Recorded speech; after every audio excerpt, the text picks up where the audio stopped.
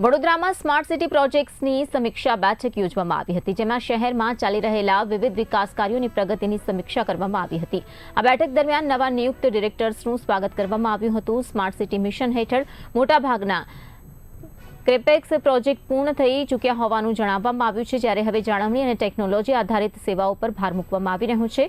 નાગરિકોને ઘરે બેઠા વધુ સરળ અને ઝડપી સેવાઓ મળી રહે તે માટે વોટ્સએપ ચેટબોટ અને IGS આધારિત પ્રોપર્ટી ટેક્સ મેનેજમેન્ટ સિસ્ટમ અંગે પણ ચર્ચા કરવામાં આવી હતી. વડોદરામાં સ્માર્ટ સિટી મિશન જે રીતનું આખા ભારતમાં સ્માર્ટ સિટી મિશન 2017માં કરવામાં આવ્યું, ત્યારનું જે કેપેક્સ પ્રોજેક્ટ્સ તો બધું પૂરી થઈ ગઈ છે. હવે બસ એને મેન્ટેનન્સનું કામ ચાલી રહ્યા છે અને એક ICCC પ્રોજેક્ટ કન્ટિન્યુઅસ ચાલી રહ્યા છે. આજે અમે નવા આવેલા ડાયરેક્ટર્સને વેલકમ કરવામાં આવ્યું અને એમને બ્રીફ પણ કરવામાં આવ્યું કે પ્રોજેક્ટ જે તે વખતે કરવામાં આવ્યો અને ફક્ત અમે અત્યારે મેન્ટેનન્સનું જ કામ ચાલી રહ્યા છે.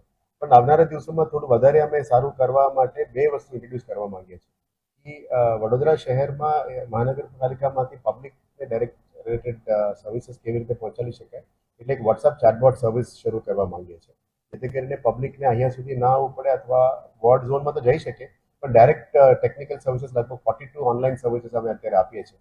પણ કોઈ પણ સિટીઝનને દરેક વખત ગ્રીવન્સ સેલમાં યા ટોલ ફ્રી નંબરમાં કામ વાત કરવું પડે છે, અથવા વોર્ડમાં જાય, ઝોનમાં જાય, સારું જવાબ ના કદાચ મળતું હોય, સેટિસ્ફેક્શન લેવલ કદાચ ઓછું હશે, તો એને સુધારવા માટે અમે ડાયરેક્ટ વોટ્સઅપ સર્વિસ સારું કરવા માંગીએ છીએ. અમે મેટા સાથે ડાયરેક્ટ જ કરવા માંગીએ છીએ, એમાં કોઈ બીજું